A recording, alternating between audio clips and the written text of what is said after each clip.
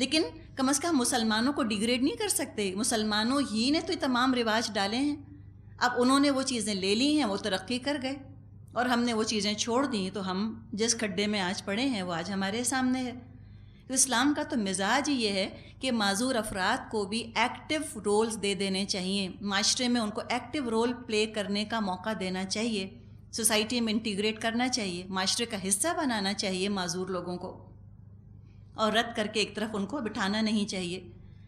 تو جنگ قادسیہ میں بھی ام مکتوم شامل ہوئے تھے, اور اسی حال میں شہادت کا درجہ انہوں نے پایا. تو فرمایا آگے, وَمَا يُدْرِيكَ لَعَلَّهُ يَزَّكَّى أَوْ يَذَّكَّرُ فَتَنفَعَهُ الذِّكْرَى. آپ کو کیا خبر, شاید وہ سدھر جائے یا نصیحت پر دھیان دے, اور نصیحت کرنا اس کے لیے نافع ہو. اب یہاں سے براہ راست ڈائریکٹ خطاب نبی اکرم صلی اللہ علیہ وسلم سے ہو رہا ہے. اب یہاں سے براہ راست خطاب نبی اکرم صلی اللہ علیہ وسلم سے ہو رہا ہے کہ یہ جو آئے ہیں آپ کے پاس تزکیہ کے لیے, تذکر کے لیے, کیا پتہ کہ یہ سدھر جائیں, ان کا تزکیہ ہو جائے اور نصیحت ان کے لیے نافع ہو. اور آپ دیکھیں کہ کیا تزکیہ ہوا ام مکتوم کا کہ انہوں نے شہادت کا رتبہ پایا. ایسا ان کا تزکیہ ہوا کیوں؟ اس لیے کہ خود طلب سے آئے تھے, خود ان کا دل چاہ رہا تھا بات سننے کا, کھینچ تان کے زبردستی منت سماجت کر کے نہیں لایا گیا. یہ دو رویے ہیں. کون ہدایت پاتا ہے قرآن سے؟ جو قرآن کو اپنی ضرورت سمجھ کر آتا ہے, جو عاجزی کے ساتھ آتا ہے, جو جھک کر آتا ہے قرآن کی طرف, قرآن کا احسان سمجھتا ہے اپنے اوپر کہ اللہ تیرا شکر کہ تو نے مجھے توفیق دی کہ میں قرآن سن سکوں. ایسے لوگ ہدایت پا جاتے ہیں. دوسری طرف آپ دیکھیں, یہ مکے کے سردار بیٹھے ہوئے تھے, ایک شان بے نیازی سے, لاپرواہی سے باتیں سن رہے تھے. امیجن کریں نا کیسے بیٹھے ہوتے ہوں گے یہ مکے کے سردار.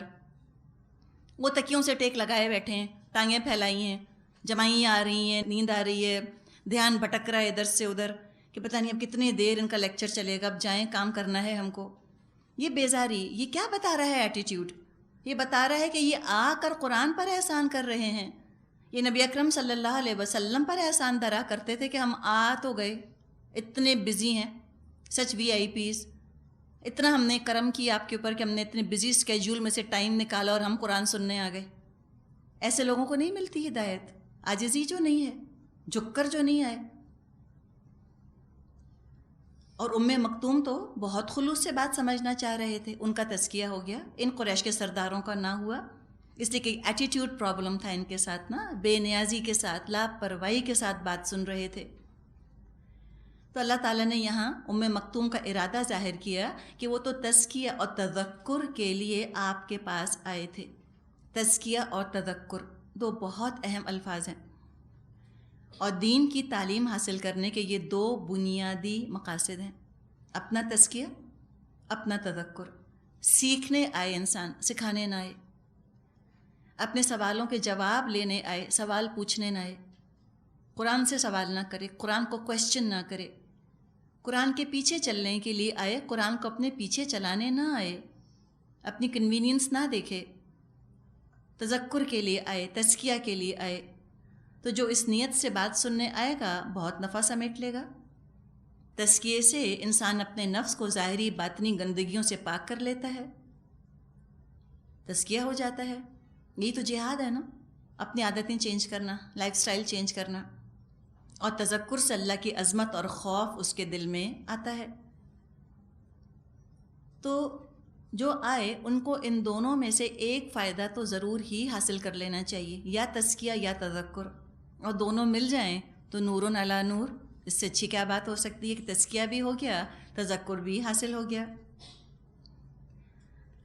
اب ذکر کیا گیا کچھ ان لوگوں کا. فرمایا اما من استغنا فانت له تصدى وما عليك الا يزكى واما من جاءك يسعى وهو يخشى فانت عنه تلهى. جو شخص بے پرواہی برتتا ہے اس کی طرف تم توجہ دیتے ہو, حالانکہ اگر وہ نہ سدھرے تو تم پر اس کی کیا ذمہ داری ہے. اور جو خود تمہارے پاس دوڑا آتا ہے اور وہ ڈر رہا ہے, اس سے تم بے رخی برتتے ہو.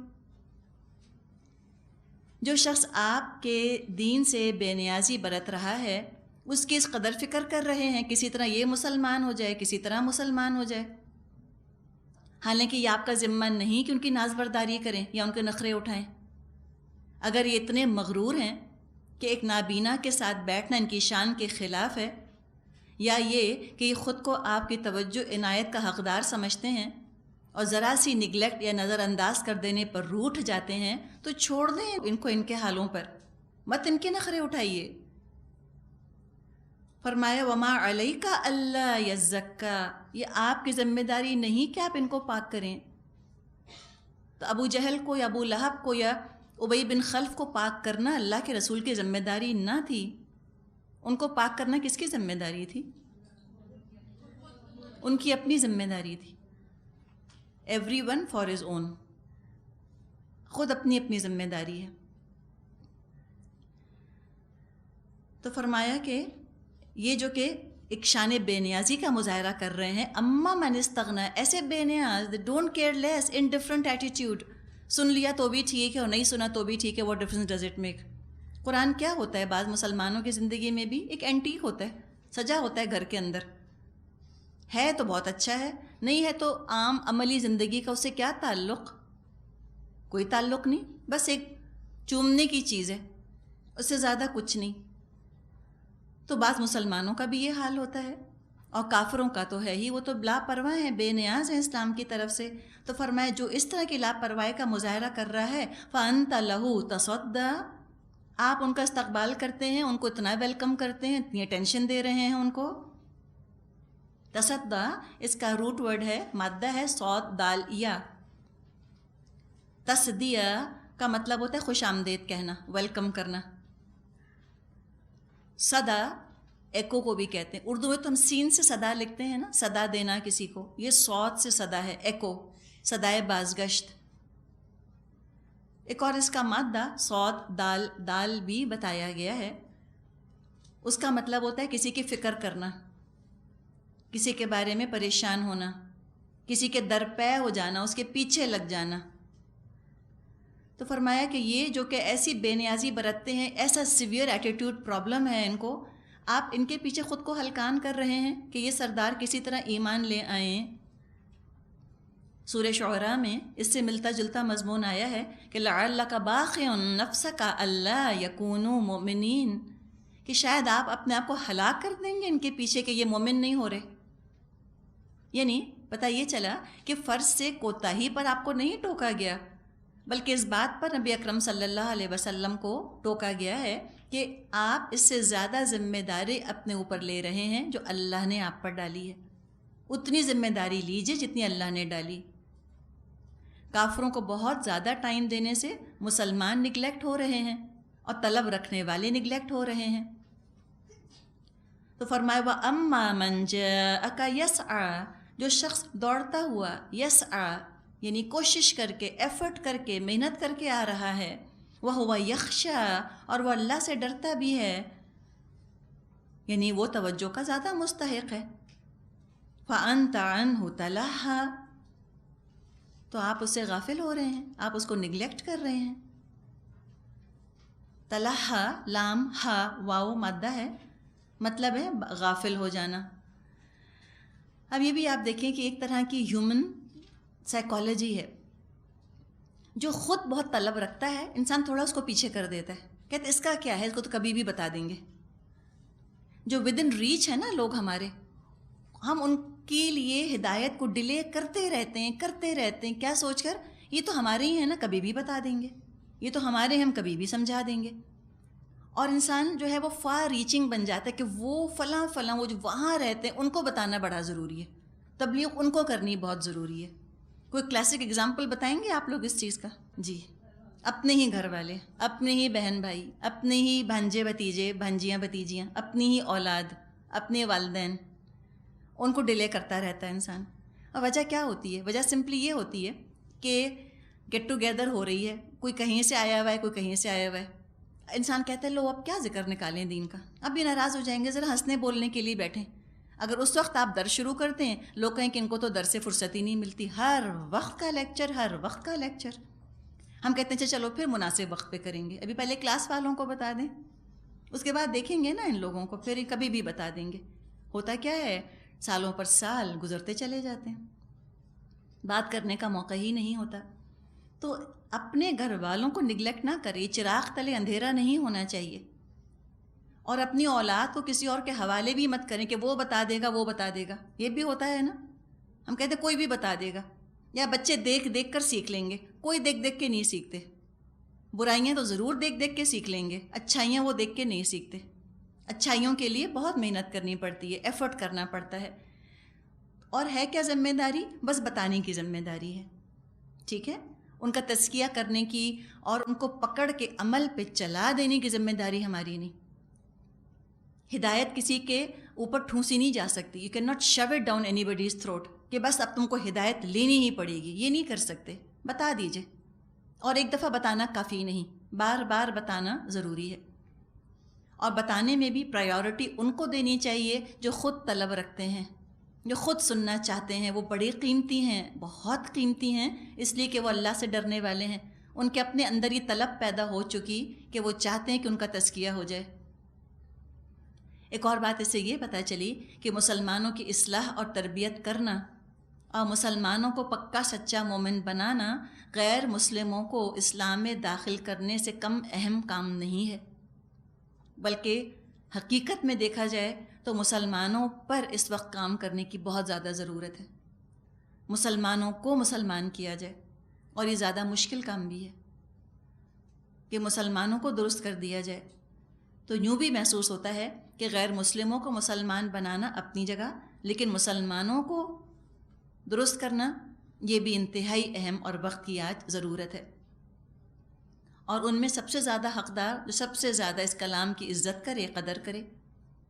یہ کلام جو ہے اللہ کا، یہ منت سماجت کر کے سنانے والا کلام نہیں ہے، یہ بہت شان والا، بہت باعزت، بہت بزرگ اور برتر کلام ہے۔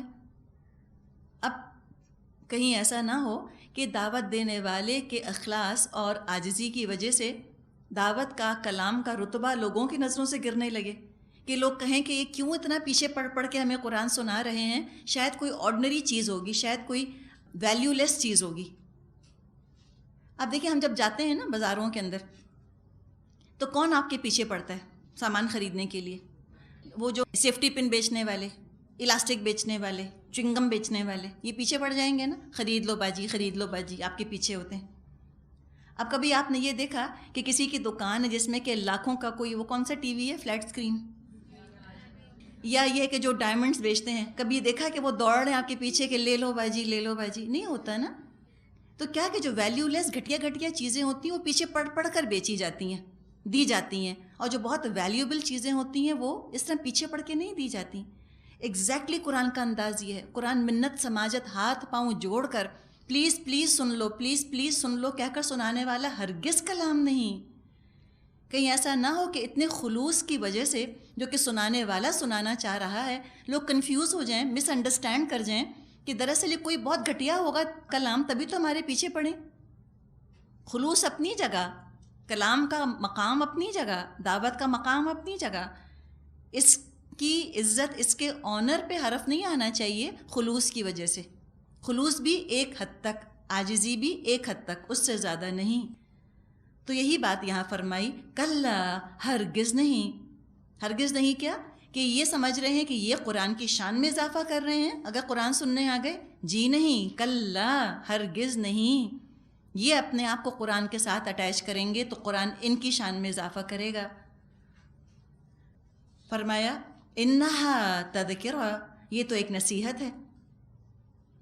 مغرور لوگوں کو جو حقارت سے اس کلام سے منہ موڑ رہے ہیں، ان پر واضح کرنا تھا یہ کتاب تمہاری محتاج نہیں، تم پہ ڈیپینڈنٹ نہیں ہے، تم اس کے محتاج ہو، تمہاری قسمتوں کا فیصلہ یہ کرے گی، تم کیا اس کے ساتھ خیر کر سکتے ہو، یہ تمہارے لیے خیر لائے گی۔ مسئلہ یہ ہے کہ مفت مل رہی ہے نا تعلیم، اس لیے قدر نہیں ہے۔ فرمایا کلا، ہرگز نہیں، انہا تذکرہ، یہ تو ایک نصیحت ہے، ریمائنڈر ہے، یاد دہانی ہے۔ فمن شاء ذکر، جس کا جی چاہے قبول کرے۔ کیا شان بے نیازی ہے اللہ کی، اللہ پر احسان دھرتے ہو، اللہ کو ہے تمہاری ضرورت، حدیث میں آتا ہے نا کہ سارے کے سارے انسان جو ہیں وہ انتہائی فاسق اور فاجر ہو جائیں، اللہ کی عظمت، اللہ کی بڑائی، اللہ کی ملکیت میں کچھ کمی نہیں کر سکتے، اور سارے کے سارے انسان انتہائی متقی اور نیک ہو جائیں، اللہ کی عظمت میں، اللہ کی ملکیت میں اضافہ نہیں کر سکتے۔ اللہ تم سے بے نیاز ہے۔ اللہ نے فرمایا ہے نا کہ اللہ الغنی وانتم الفقراء، اللہ غنی ہے تم ہو فقیر۔ تو اگر ایک غنی انسان ہے تو اس غنی انسان کے سامنے اگر کوئی خود بہت غنی بن کر جائے تو کیا کچھ پائے گا وہ اس سے؟ کچھ بھی نہ پائے گا۔ غنی کے سامنے جتنا فقیر بن کر جائے انسان اتنا زیادہ پائے گا، ہے نا؟ اتنا اس کو رحم آئے گا، اتنا جو اس کی سمجھے کہ جنروسٹی ہے، جو اس کی دریا دلی ہے، اس کو جوش آئے گا۔ تو اللہ کے سامنے انسان عاجزی کے ساتھ جائے، خاص طور پہ نماز میں اس کیفیت کو تاریک کریں، پریکٹس کریں، عاجزی، فل کنسنٹریشن اللہ کی طرف، سکون سے نماز پڑھنا، نہ دھیان بھٹکے۔ سارا دن تو ہم لگاتے ہیں دنیا کے پیچھے، اتنا سا تو ٹائم ہے اللہ کے لیے، 24 میں سے کیا 1 گھنٹہ نہیں دے سکتے رب کو خالص؟ ہر ایک کو کوالٹی ٹائم چاہیے، میاں ہے تو اس کو کوالٹی ٹائم۔ آپ ذرا بیٹھیں ایک دن میاں کے پاس کہ میاں سے بھی باتیں کر رہی ہیں، کتاب بھی پڑھ رہی ہیں، کانوں کے اندر آپ نے واک مین بھی لگایا ہوا ہے اور ٹیلی فون بھی ساتھ رکھا ہوا ہے، اور کہتی ہیں تم سے بھی تو بات کر رہی ہوں۔ پھر آپ دیکھیں ذرا جو موڈ ہوگا ان کا، بھگتیے گا پھر خود۔ وہ کہیں گے کہ بات کرنی تو مجھ سے کرو ورنہ ڈونٹ ٹاک ٹو می، مت بات کرو مجھ سے، ہوگا نا یہ؟ تو ہر ایک کے لیے کوالٹی ٹائم ہے، چاہے شوہر ہو، چاہے والدین ہوں، چاہے ہمارے بچے ہوں، ہر ایک کو کوالٹی ٹائم چاہیے ہوتا ہے۔ اور ایک نہیں دیتے کوالٹی ٹائم تو کس کو؟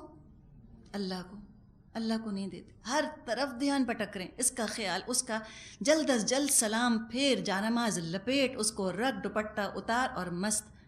یہ نہیں، نماز ختم کر کے تھوڑی دیر بیٹھیں جانماز پر، ذرا سا یاد کریں اللہ کو، ایسے بھاگنے کی چکر میں مت رہیں۔ کون بھاگتا ہے اٹھ کے اس طرح سے؟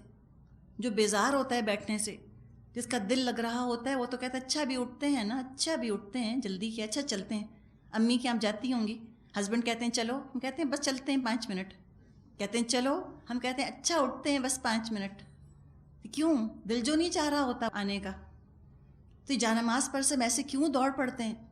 دل ہی نہیں لگا تھا، پہلے نمبر 1 ٹو بگن وتھ، تو اٹیچمنٹ ہی نہیں ہوا تھا۔ تو ڈٹیچ کرنا اتنا آسان ہے اپنے آپ کو نماز سے نا، کتنی جلدی سے ڈسکنیکٹ ہوتے ہیں ہم اللہ سے جانماز لپیٹتی، اس لیے کنیکشن ہی پہلے ہی نہیں بنا۔ تو یہ نہ کرے انسان، یہ نہ کرے، اللہ کا کچھ نہیں بگاڑتے، اپنا بگاڑتے ہیں۔ کوالٹی ٹائم اللہ کو دیں، قرآن بھی پڑھیں تو کوالٹی ٹائم اللہ کو دیں۔ فرمایا فمن شاء ذکر، جس کا جی چاہے قبول کرے۔ کیا شان ہے اللہ کی! یہ کیا ہے کلام؟ فی صحف مکرمۃ مرفوعۃ مطہرہ بایدی سفرۃ کرام بررہ۔ یہ ایسے صحیفوں میں درج ہے جو مکرم ہیں، بلند مرتبہ ہیں، پاکیزہ ہیں، معزز ہیں، نیک کاتبوں کے ہاتھوں میں رہتے ہیں۔ یہ قرآن کی شان ہے جو بیان کی گئی ہے، جو آج میرے اور آپ کے ہاتھ میں۔ کتنے لکی ہیں ہم، کتنے خوش قسمت۔ صحف صحیفہ کی جمع ہے۔ صحیفہ لکھے ہوئے ورق کو کہتے ہیں، ریٹن مٹیریل، پیپر کے اوپر جو لکھا ہو۔ مکرم صحیفہ ہے یہ، صحف مکرمہ، اشارہ ہے لوح محفوظ کی طرف۔ نہایت مکرم، باعزت، قیمتی خزانہ ہے۔ مرفوع، مرفوعۃ مطہرہ، بہت بلند، نہایت پاکیزہ۔ گندے ارادے، گندی نیتوں والے لوگ اس کے معنی نہیں پا سکتے۔ کرام بررہ، بایدی سفرۃ کرام بررہ۔ سفر، سفرہ سافرن کی جمع ہے، اس کے معنی ہے قاری یا کاتب، پڑھنے والا یا لکھنے والا۔ پڑھنے والے اور لکھنے والے کے معنوں میں استعمال ہوتا ہے یہ لفظ۔ یا سفیر بھی ہو سکتا ہے، سفیر قاصد کو کہتے ہیں نا، ایمبیسیڈر کو۔ سفیر کی جمع بھی سفرہ ہو سکتی ہے۔ سفرہ سین فارہ کے معنی ہوتے ہیں کھلنا، انکشاف ہونا، نئی نئی باتیں سامنے آنا۔ صفر کتاب کو کہتے ہیں، اس کی جمع ہے اسفار۔ سورہ جمعہ میں ہم نے یہ پڑھا تھا اسفار. سفر بھی ہم کہتے ہیں، لوگ سفر کرتے ہیں، نئے نئے حقائق کھلتے ہیں، مینٹل ہورائزن وسیع ہوتے ہیں. اور اسفار روشنی کو بھی کہتے ہیں. اسفار اس صورت کے آخر میں ہم پڑھیں گے مسفرہ، روشن چہرے. تو بتایا یہ کتاب ایسے لکھنے والوں کے ہاتھ میں ہے، ایسے قاصدوں کے ہاتھ میں ہے جو بہت باعزت اور فرما بردار با وفا ہیں. برن کی جمع ہے. فرما بردار با وفا، اپنی ذمہ داریاں ٹھیک ادا کرنے والے ہیں. ایسے اعلیٰ فرشتوں کے ہاتھ میں یہ کلام ہے. یہی الفاظ ایک حدیث میں آئے ہیں، بخاری اور مسلم میں. عائشہ رضی اللہ عنہا سے روایت ہے، نبی اکرم صلی اللہ علیہ وسلم نے فرمایا، الماہر بالقرآن مع السفرۃ الکرام البررہ. جس نے قرآن میں مہارت حاصل کر لی، یعنی بے تکلف رواں پڑھتا ہو، وہ قیامت کے دن معزز، وفادار، فرما بردار فرشتوں کے ساتھ ہوگا. سوچیں، اچھی تجوید سے، روانی سے قرآن پڑھنے کا یہ اجر ہے. آگے فرمایا، والذی یقرأ القرآن ویتتعتع وہو علیہ شاق لہ اجران. اور جو بندہ قرآن پاک اس طرح پڑھتا ہو کہ اس میں اٹکتا ہو، یعنی مشقت اور زحمت سے پڑھتا ہو، تو اس کو 2 اجر ملیں گے. یعنی انجوائے بھی نہیں کر رہا لیکن محنت کرے چلا جا رہا ہے. بخاری اور مسلم میں نبی اکرم صلی اللہ علیہ وسلم سے روایت ہے، خیرکم من تعلم القرآن وعلمہ. تم میں سے بہتر اور افضل بندہ وہ ہے جو قرآن کا علم حاصل کرے اور دوسروں کو اس کی تعلیم دے. ترمذی میں ابو سعید خدری سے روایت ہے، نبی اکرم صلی اللہ علیہ وسلم نے فرمایا، اللہ تبارک و تعالیٰ کا ارشاد ہے، جس شخص کو قرآن نے مشغول رکھا میرے ذکر سے اور مجھ سے سوال کرنے سے، میں اس کو اس سے افضل عطا کروں گا جو سوال کرنے والوں کو عطا کرتا ہوں. اور دوسرے کلاموں کے مقابلے میں اللہ کے کلام کی فضیلت ایسی ہے جیسے اپنی مخلوق کے مقابلے میں اللہ تعالیٰ کو حاصل ہے. اتنا اعلیٰ اس کا مقام ہے. سبحانک اللہم و بحمدک نشہد ان لا الہ الا انت نستغفرک و نتوب الیک. السلام علیکم ورحمۃ اللہ وبرکاتہ. نحمدہ ونصلی علی رسولہ الکریم. اما بعد فاعوذ باللہ من الشیطان الرجیم. بسم اللہ الرحمن الرحیم. رب اشرح لی صدری ویسر لی امری واحلل عقدۃ من لسانی یفقہوا قولی. اللہم ارنا الحق حقا وارزقنا اتباعہ وارنا الباطل باطلا وارزقنا اجتنابہ. آمین یا رب العالمین. سورہ عبس آیت نمبر 17 سے شروع کریں گے. اس سے پہلے قرآن کی عظمت کا ذکر آیا کہ ایسی عظیم کتاب ہے، کیا اس کا مقام، کیا اس کتاب کا مرتبہ ہے.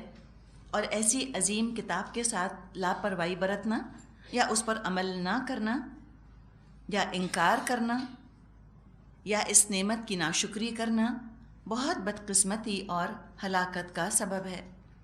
فرمایا، قتل الانسان ما اکفرہ من ای شیء خلقہ من نطفۃ خلقہ فقدرہ ثم السبیل یسرہ ثم اماتہ فاقبرہ. مارا جائے انسان، کیسا سخت منکر حق ہے. کس چیز سے اللہ نے اسے پیدا کیا ہے؟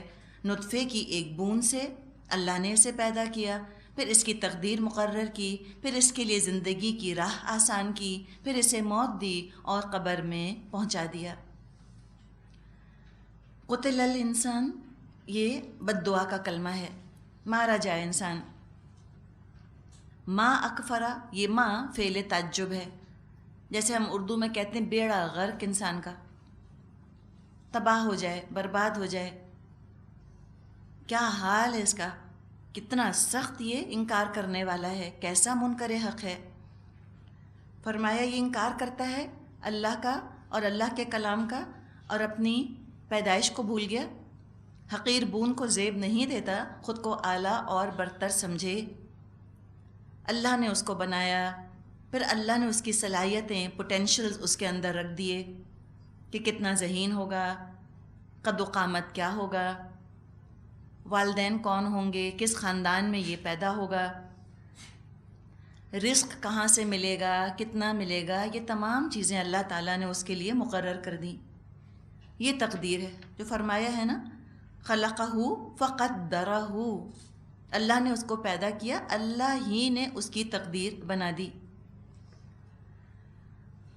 اپنی تقدیر کو انسان تبدیل نہیں کر سکتا، ہمارے بس سے باہر ہے، اور جو تقدیر ہے ہماری اس پر سوال نہیں ہوگا قیامت کے دن، اس پر پکڑ نہیں ہوگی، اس لیے کہ تقدیر انسان کا اپنا عمل نہیں ہے نا، انسان کی اپنی کمائی نہیں ہے۔ تقدیر جو ہے وہ اکتسابی نہیں ہے، اکتسابی سمجھتے ہیں، کمائی بھی نہیں ہے، بلکہ تقدیر جو ہے وہ تو وہبی ہے، وہبی سمجھتے ہیں، اللہ کی طرف سے عطا کی ہوئی ہے۔ تو تقدیر پر کوئی سوال نہ ہوگا قیامت کے دن، تقدیر پر کوئی پکڑ نہ ہوگی قیامت کے دن۔ اصل میں تو جو سوال ہوگا وہ ہوگا ان چیزوں پر جس کا کہ ہم نے اکتساب کیا، جو ہم نے کمایا، اور اعمال اکتسابی ہوتے ہیں۔ اللہ نے تقدیر مقرر کر دی، دے تو دیا۔ اس سے کیا پتہ چلا کہ اگر کوئی کروڑ پتی ہے تو یہ اس کی تقدیر میں تھا، اس وجہ سے کوئی جہنم میں نہیں جائے گا کہ تم بلینئر کیوں تھے، تم 2000-4000 گز کے گھر میں کیوں رہتے تھے، بتاؤ، پکڑ نہیں ہوگی۔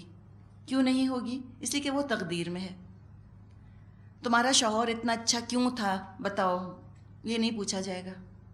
تم اپنے گھر میں اتنی خوش رہتی تھیں، کیوں، بتاؤ، خوش کیوں رہیں تم، یہ اللہ نہ پوچھے گا۔ تم جھونپڑے میں کیوں رہتے تھے، اللہ نہیں پوچھے گا۔ کیا پوچھے گا؟ اللہ یہ پوچھے گا کہ میں نے تم کو اتنا بڑا گھر دیا تھا، میں نے تمہیں اتنا پیسہ دیا تھا، تم نے کیا کیا اس پیسے کے ساتھ، یہ بتاؤ۔ تمہارا رویہ کیا تھا وہ چیزیں پا کر؟ تمہارا شوہر اتنا اچھا تھا، کیا تم غرور، تکبر، خود پسندی کا شکار ہو گئی تھیں؟ کیا تم بہت نازک مزاج ہو کر گھر بیٹھی رہی تھیں؟ ہوا کیا، بتاؤ، تم نے کیا کیا ان نعمتوں کے ساتھ، اس کا سوال ہوگا۔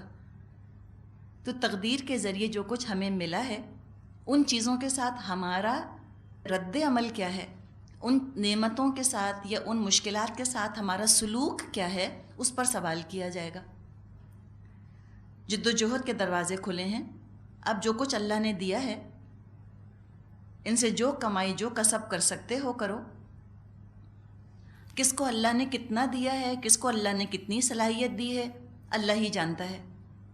اللہ کو پتہ ہے کہ ہمارے اندر کتنا پوٹینشل ہے، اسی لیے بھرپور جد و جہد، بھرپور انسان کو اپنا زور لگانا ہے کہ ہم اپنے آپ کو ایگزرٹ کریں، ہم اپنے آپ کو لگا دیں، کھپا دیں، جتنا ہم کر سکتے ہیں۔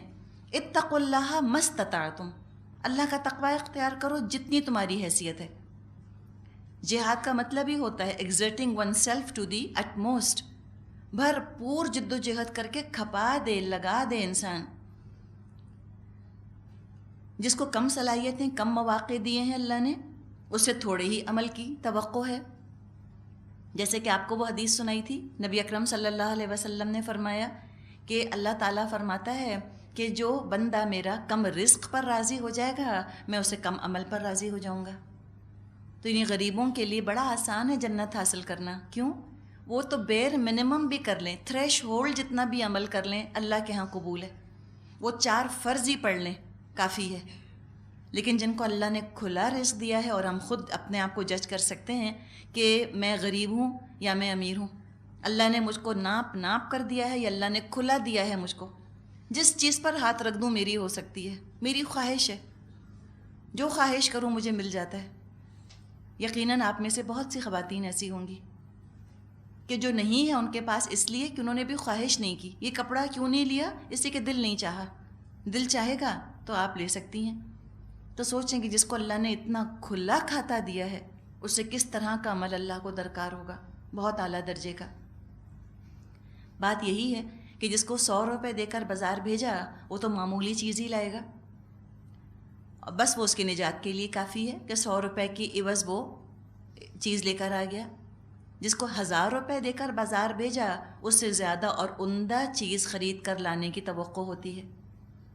100 روپے لے کر 1000 روپے لے کر گیا، اور 100 روپے والی چیز خرید کر لایا، اب اس پر پکڑ ہوگی نا کہ جب 1000 روپے دیے تھے تو 100 روپے والی چیز کیوں لے کر آئے، کہاں گئے باقی 900 روپے، کیا کیا ان کا، پکڑ ہو جائے گی۔ اور ہمیں کرنا کیا ہے، کس درجے کا عمل کرنا ہے، کس طرح عمل کرنا ہے،